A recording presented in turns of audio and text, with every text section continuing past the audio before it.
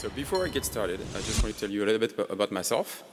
So up until a few months ago, I was a quant researcher at Bloomberg and also an adjunct faculty at Columbia University, where I taught quant finance at the math department and also at NYU. And as an open source developer, I mostly contribute as a core developer of Jupyter, and I'm also a co-author of the extensor C++ tensor algebra library, and a contributor to bqplot, pythreejs, and a number of things that you're going to see today. So if you want to get in touch with me, my handle on Twitter and GitHub is Sylvain Corlay, so you know where to find me. It's the same everywhere. And I just wanted to start this talk with a quote from Richard Hamming, which is that the purpose of computing is insights, not number. And this is really what a lot of Jupyter is about, in that people don't use Jupyter to build systems or to develop large computing platforms. They use Jupyter at other phases of their work, such as the exploratory phase of their work and also for presentation. So providing insight to others or gaining insights, not necessarily building a system. For those of you who don't know about Jupyter, this is this set of tools that you can use and which facilitate the workflow of researchers and engineers who are practitioners of scientific computing. And the main tool of this ecosystem is the notebook. So for example, here, just typing obviously 9 times 9, I get 81, so last time I checked, still true.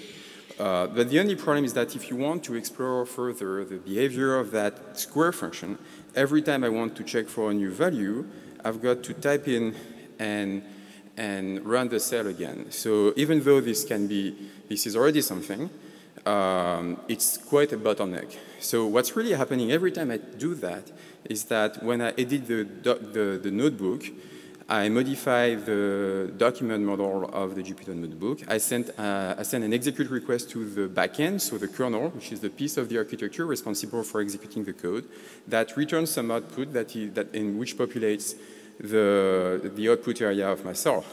So this loop here is called the read eval print loop, the REPL. And in that loop, I am the bottleneck. I am the piece that actually is the slowest. So instead, just to explore the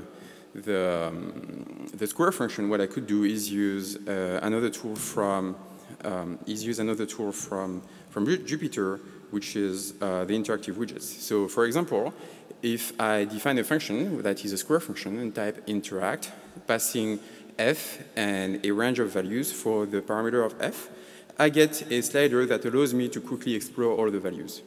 And in doing that, I'm achieving something which is to make this part of the left-hand side of the read eval print loop much faster, in that I don't need to type new values every time I want to check the outcome of the square function. So what's really happening when I type interact is that it's using some of the introspection features of the Python programming language to inspect the arguments of the f function, and it's going to create automatically a GUI based on the type of these parameters. So what's going on there is that it uses what we call interactive widgets. And what are interactive widgets? They are objects which, when displayed in the notebook, actually provide a small graphical interface that you can interact with. For example, in this case, slider is an object of type flow slider, and when you display slider in the notebook, what you get is a visual representation for that object, which happens to be interactive. So I can modify the value, display it again. When I change one of the views, the other one gets updated automatically. I can access to the values from the Python side or modify it manually from the Python code, and changes will be reflected in the visual representation of that thing. I can also link widgets to each other. For example, if I create a text input and link the slider with that text input with a simple syntax, now I have two widgets that are linked to each other. So widgets so are these special types of objects that happen to have a visual representation. And the way this works is that they have a counterpart JavaScript object in the front end that is a widget model. And every time I make a new view, every time I display it in the notebook, I get a new object of type, which is a certain type of object of type widget view, is instantiated and used for the rendering. So more importantly, the widgets ecosystem, the ipywidgets library, which powers this framework, is not just a collection of widgets such as accordion, box, buttons, checkboxes. It's also a framework upon which you can build. So the first, so you can build, and there is a number of third-party libraries that have been built upon ipywidgets to provide richer visual outputs and richer visualizations in the Jupyter notebook. So first one that I wanted to cover briefly is bqplot. And bqplot is an open source Jupyter D3JS bridge, which is Apache licensed and came from a quant team at Bloomberg. There will be later this afternoon a talk that covers bqplot in depth, so I won't spend too much time on bqplot. But if I run some boilerplate code and populate some data, if you just type plt.plot, which provides an API that's very similar to that of NumPy, what you get is what you would expect from a plotting library that is a line chart. So unlike matplotlib libraries that are displayed as images in the notebook, these ones are powered by JavaScript, and I can use, they are interactive, so I can zoom, pan, zoom, or download the PNG rendering of that image. Obviously, there are not only line charts, there are all kinds of different plot types, and also another feature of bqplot is that all of the items that are displayed and compose the visualizations are independent widgets, so they offer this synchronization between the backend and the frontend that I was describing earlier with the slider. For example, in this line chart, when I modify the X, the Y value of the lines, the plot is going to be updated and reflect this change. The same holds for pretty much anything. So in this example, for example, I change the X and Y values of a scatter plot, and and every time I make the change, the X and Y positions of the scatter changes.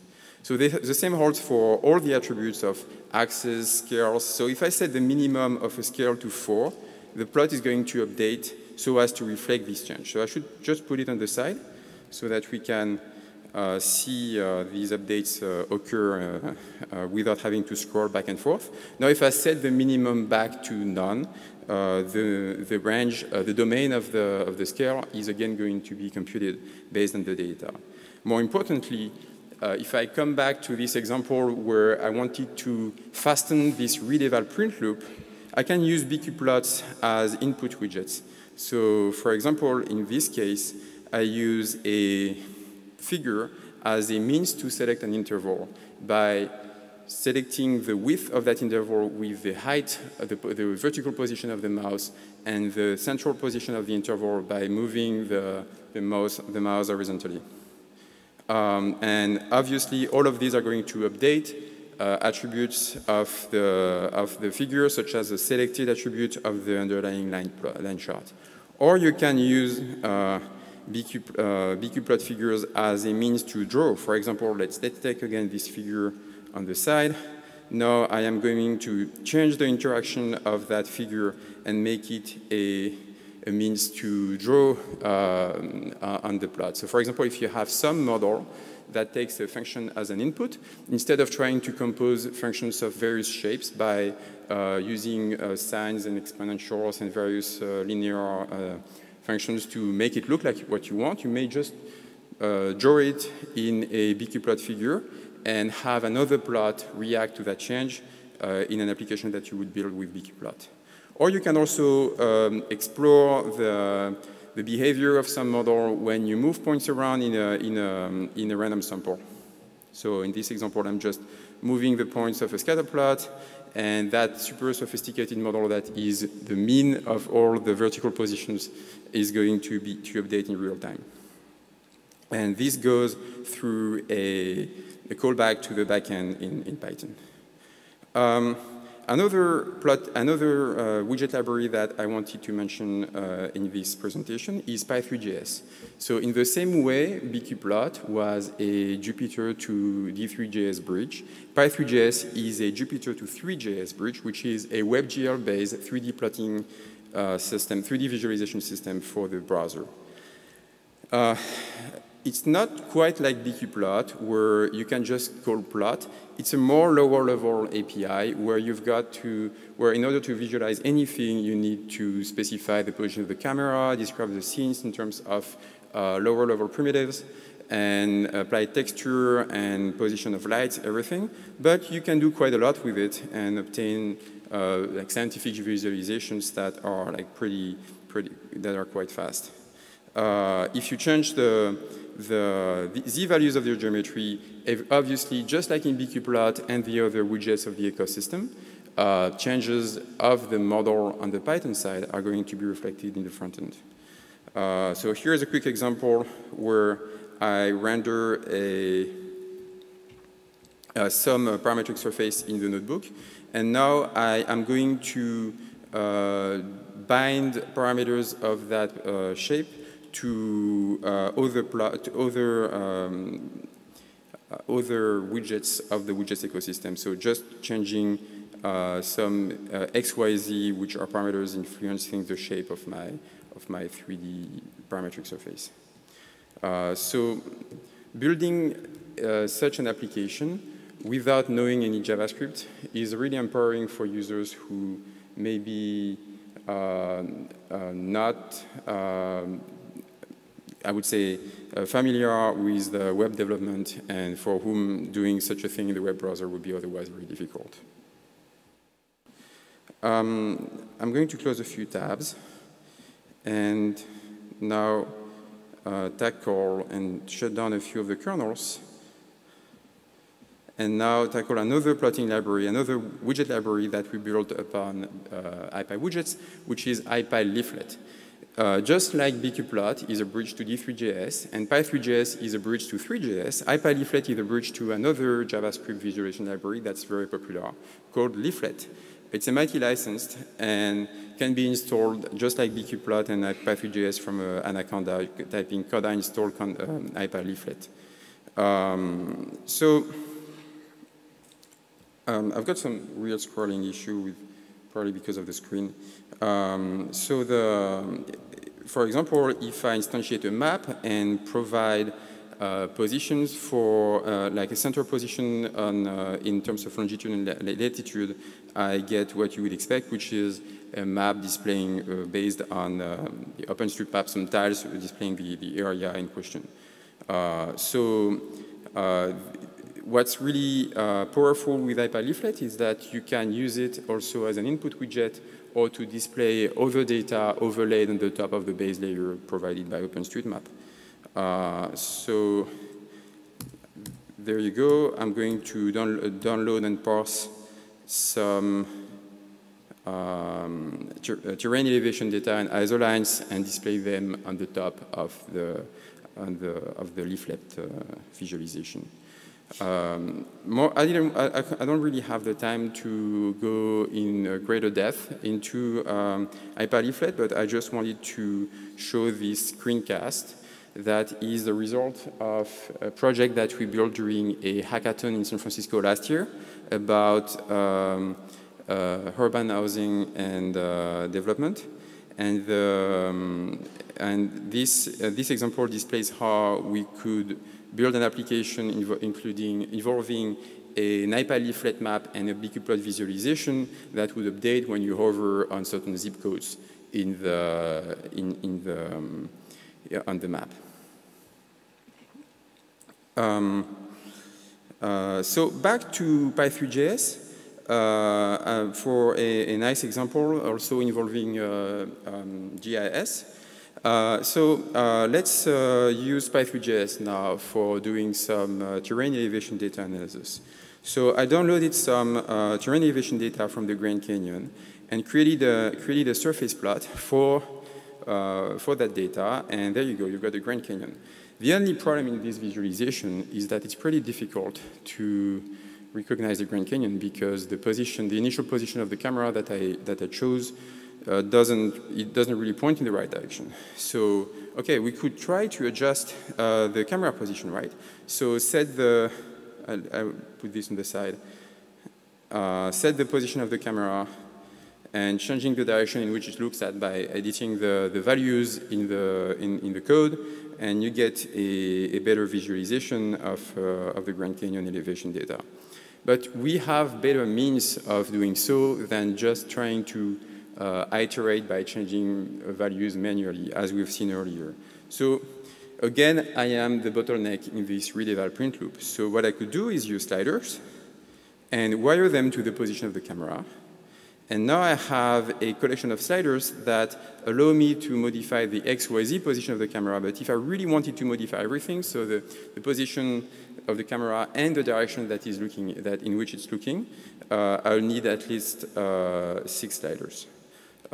So as you know, there are better means to move the position of an observer into a 3D environment than 3 or 6 sliders, right? We have all played video games. So what we built, for example, is an interactive widget that is actually a gamepad controller. So let's do this. I instantiate a controller widget and display it. And what I actually see in this case is a visualization of the positions of the axes and buttons of an Xbox 360 controller that I brought with me and actually bought just for this talk, for the purpose of this widget. So when I move the different axes or buttons of my game controller, these changes are going to be reflected in the visual representation of my gamepad. Also, just like bqplot and ipythreejs, every one of these axis and button representations is an independent interactive widget. So let's say that I want to look at pad.axis of 1, and there you go. You've got another view of the same widget which I was displaying in an HBox earlier.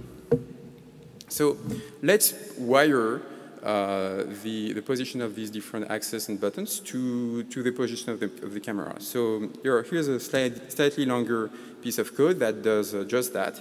And now I can actually modify the position of the camera just using the gamepad and to move into this 3D environment.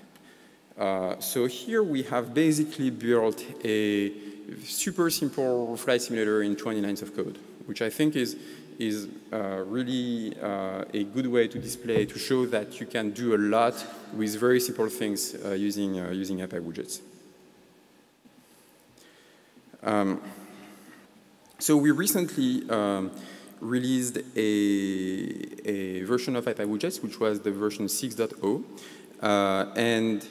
No, before I get to that, I should probably say that beyond bqplot, ipyleaflet, and pythreejs, you can also build your own JavaScript visualization using ipywidgets, building upon the infrastructure and using all these tools to make your own visualization that we may not already provide in one of these libraries. For example, so now I'm going to switch back to the classical notebook.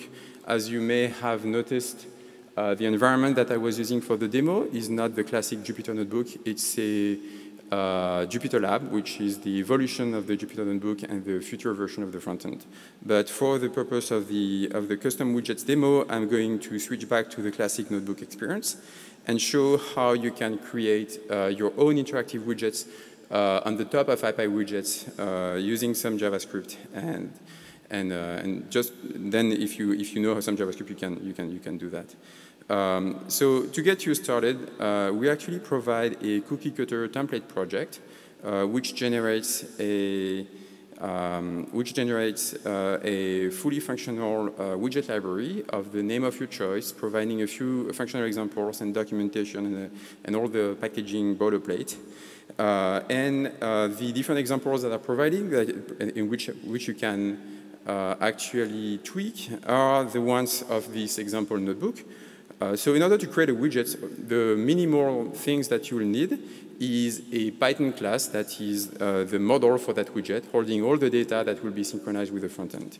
And also a view which implements how this class is going to be displayed. So in this example, all I did is create a hello widget that holds two special attributes that are the view name and the view module.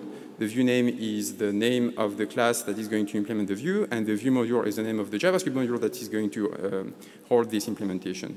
And then on the JavaScript side, I created a new package called hello that holds this hello view object and a render method which does all the work of rendering. And now I've got a hello widget.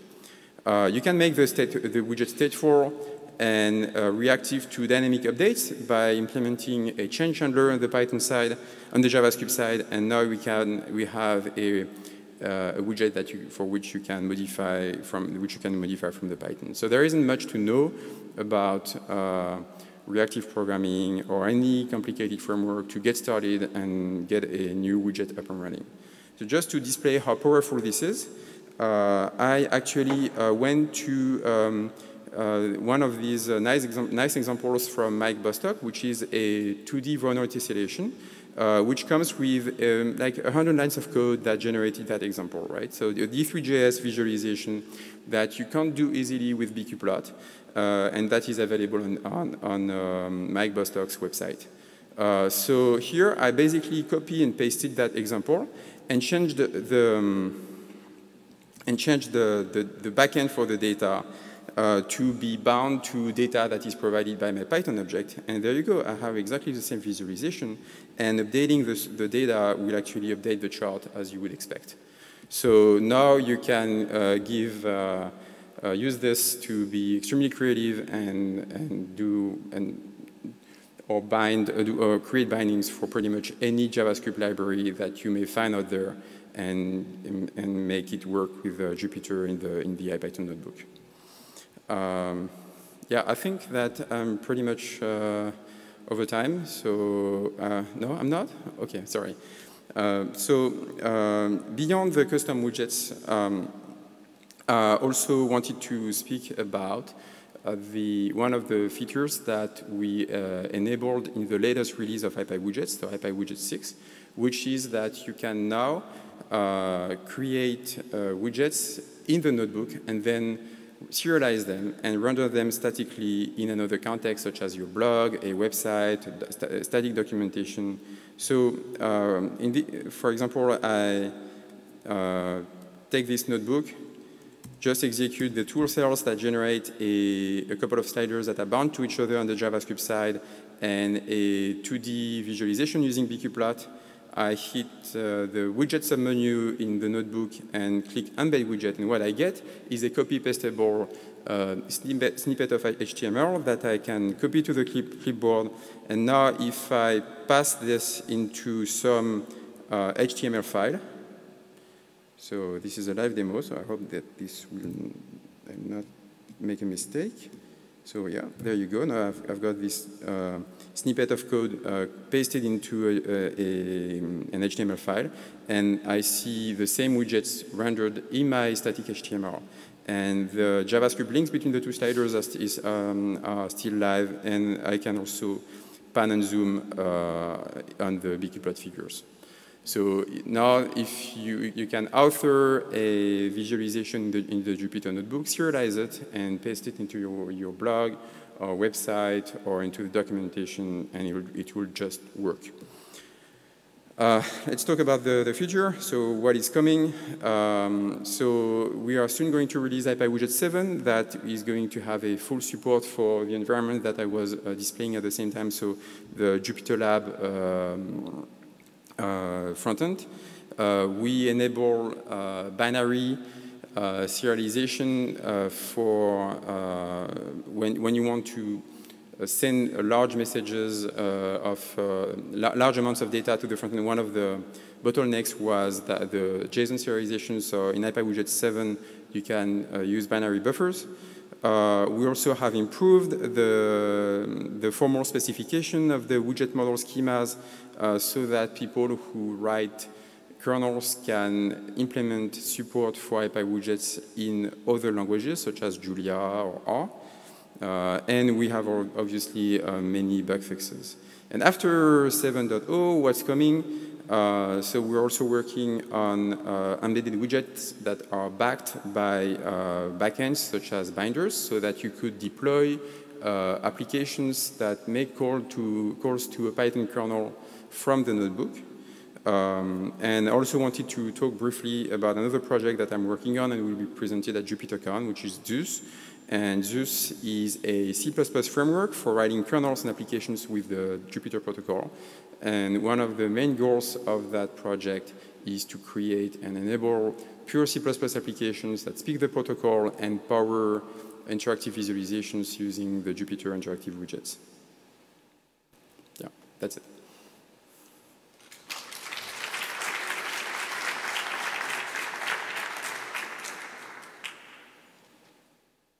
Any question?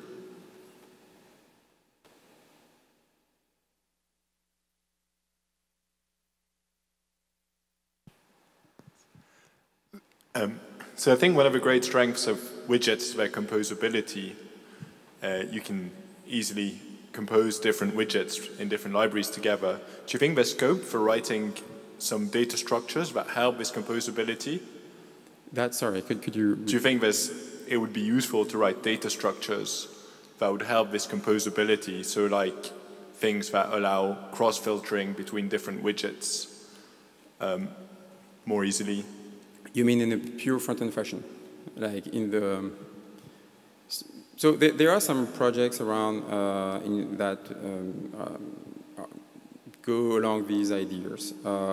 One of them is Beaker, which was originally an alternative implementation of the notebook, and the main author of the Beaker notebook is now working with ipywidgets to provide these sort of features in the classic Jupyter environment. Yeah. Yeah, thank you.